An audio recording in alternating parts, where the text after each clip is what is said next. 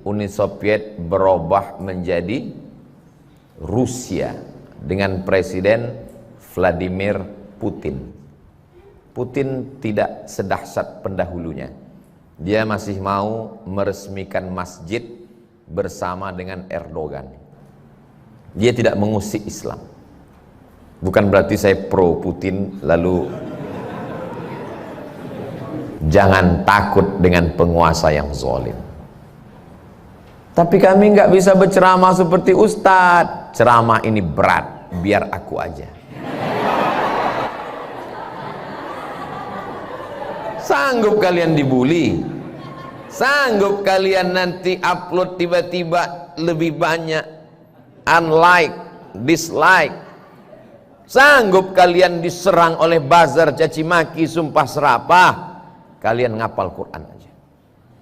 Allahumma salli ala Sayyidina Muhammadin wa ala alihi wa sahbihi. Negara ini dikuasai oleh Uni Soviet. Presiden terakhirnya Gorbachev. Ada yang mengatakan Gorbachev itu orang Bandung. Nama aslinya Cecep Gorbachev.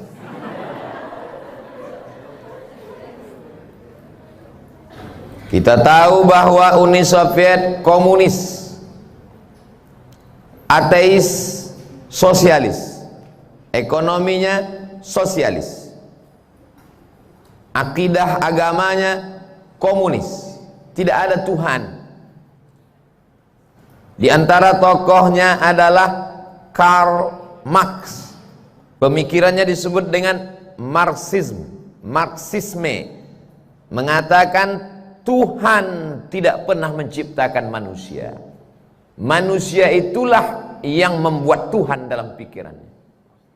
Kata Marxis, Tuhan itu, agama itu hanya opium, candu. Sama seperti orang kecanduan narkoba, begitulah orang mabuk agama. Tuhan tidak pernah ada, kata Karl Marx. Negara-negara jajahannya tidak boleh membaca Quran. Quran dibakar, ulama-ulama dihabisi, agama tidak boleh berkembang. Akhirnya datang Boris Yeltsin. Setelah itu tumbanglah Uni Soviet dan negara-negara tadi merdeka, dan Soviet menjadi kecil dan negara tidak sebesar dulu lagi. Ketika negara-negara jajahan Uni Soviet tadi merdeka, Uzbekistan, Tajikistan, Afghanistan, Kirgistan. Stan itu artinya bahasa Inggrisnya land, tanah. Orang Kurdi punya tanah namanya Kurdistan. Somat punya tanah namanya Somatstan. Tajikistan, Uzbekistan, Kazakistan, Kirgistan, Tajikistan, Afghanistan merdeka. Apakah mereka ini menjadi komunis dan tidak beragama? Ternyata setelah negeri-negeri ini merdeka, anak-anak kecilnya hafal Quran. Jangan Masya Allah dulu, cerita belum selesai. Dari mana anak-anak ini bisa hafal Quran? Ternyata di dalam kamar itu malam-malam tanahnya digali. Digali pasir tanah di kamar itu, lalu kemudian bagian atasnya ditutup pakai papan dan karpet.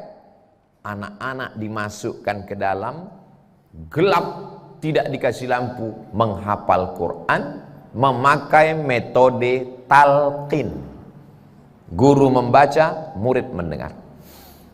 Uni Soviet berubah menjadi Rusia dengan Presiden Vladimir Putin. Putin tidak sedahsyat pendahulunya.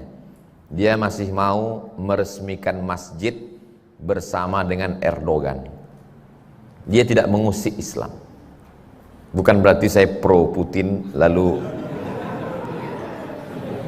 dari 3 contoh sampel tadi. Yang pertama Tunisia, yang kedua Uni Soviet, yang ketiga Turki. Ini akan masuk ujian akhir semester.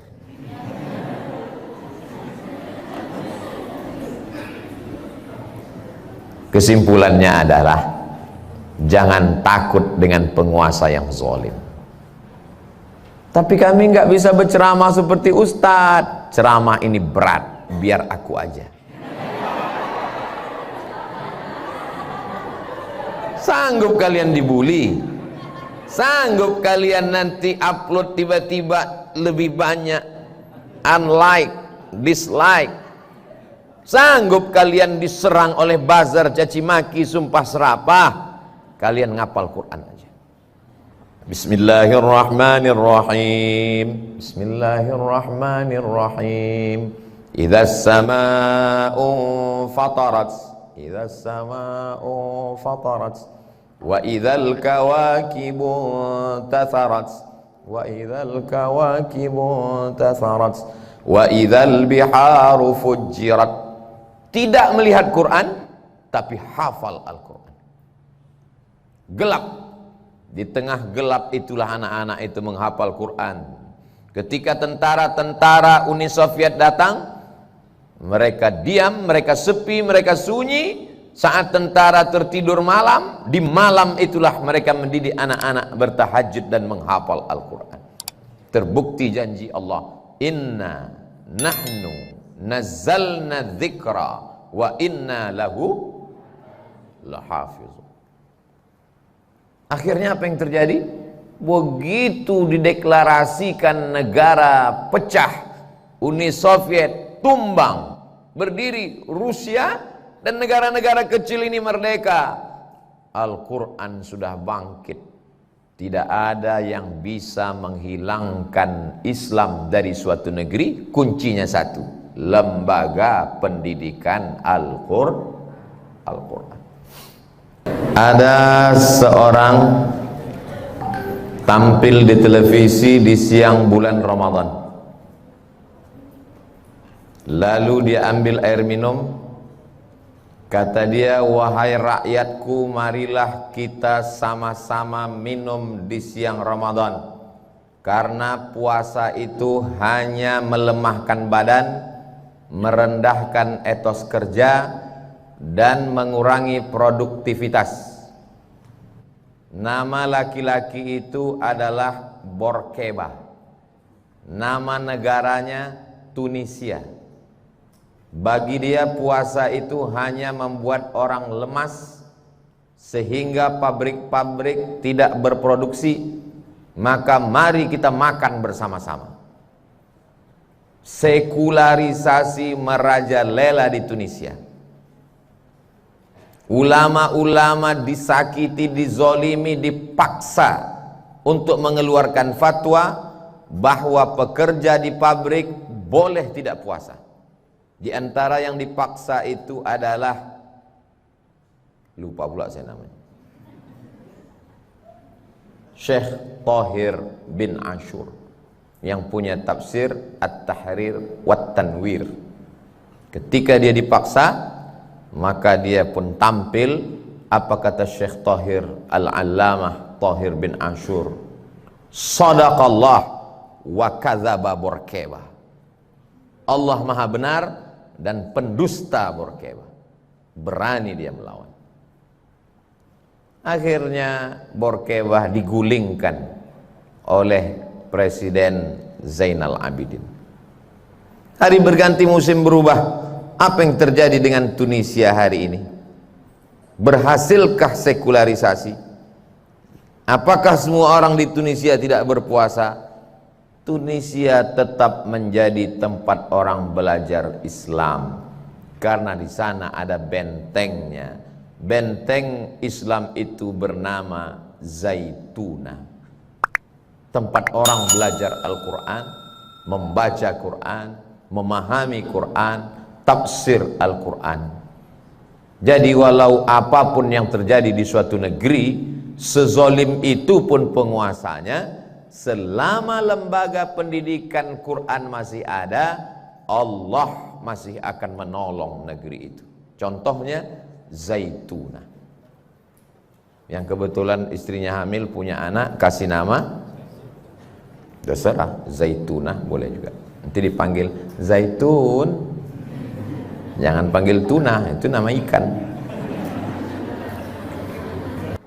Tempat ini sudah saya lihat pakai AC, tenang, adem, ayam, mesin cucinya udah saya lihat. Saya diajak masuk kamar ustazah, mana saya mau. Tempat di atas bersih, tenang, Masya Allah. Tapi tempat menghafal Quran tidak boleh terlalu tenang, karena setan nanti datang. Baru baca 2 ayat, siapa saja datang ke Maskanul Huffaz hanya 1 tahun, maka dia menghafal Quran, beasiswa. Kita doakan para donatur kita rezekinya lancar, suami istri soleh solihah, anak-anaknya menjadi keluarga sakinah mawaddah warahmah. Jangan sampai suami donatur ini dilarikan oleh pelakor. Ini yang dikhawatirkan ibu-ibu sekarang. Lalu kemudian ada seorang namanya Ataturk. Azan tidak boleh pakai bahasa Arab. Semua perkumpulan-perkumpulan pengajian dibubarkan. Masjid Hagia Sophia dirubah menjadi museum. Salat, berdoa tidak boleh pakai bahasa Arab, pakai bahasa Turki. Saya tidak bisa membayangkan seandainya kita mendapat musibah seperti itu, lalu pemimpin mengatakan tidak boleh azan pakai bahasa Arab. Oh, bagaimana bunyi azan kita? Allah gede banget. Nauzubillah. Bayangkan. Pokoknya yang namanya Islam mesti dihabisi. Ulama kalau tidak mau ikut sama dia di penjara.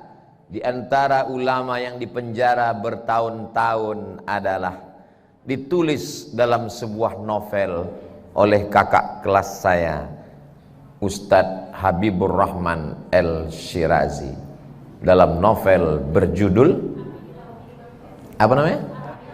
Saya ingat, cuma pura-pura lupa aja. Tapi tahu. Dia adalah Badi'uz Zaman Said Nursi.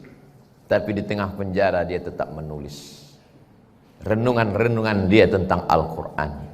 Itulah menjadi buku yang beberapa waktu lalu kami bedah buku. Dapatkan bukunya di toko terdekat. Hubungi nomor berikut ini.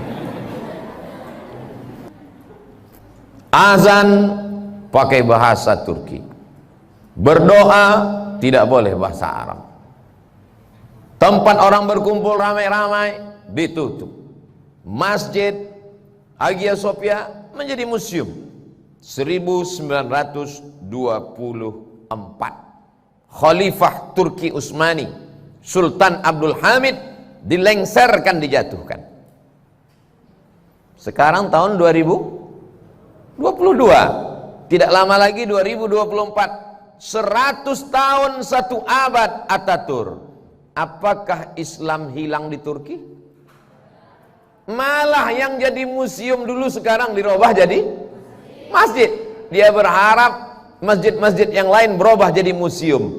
Ternyata museum yang dia buat itu sekarang berubah jadi masjid dan berkumandang suara azan dengan bahasa Arab.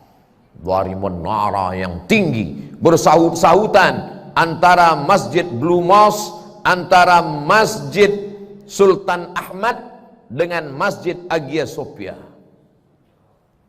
Apa yang terjadi dengan Turki? Kenapa Turki tidak berhasil disekulerkan? Kenapa Islam tidak hilang? Karena ada ulama yang bergerak dengan pendidikan. Namanya Sulaiman Hilmi Tunuhan. Sulaiman hilmi, tunuhan.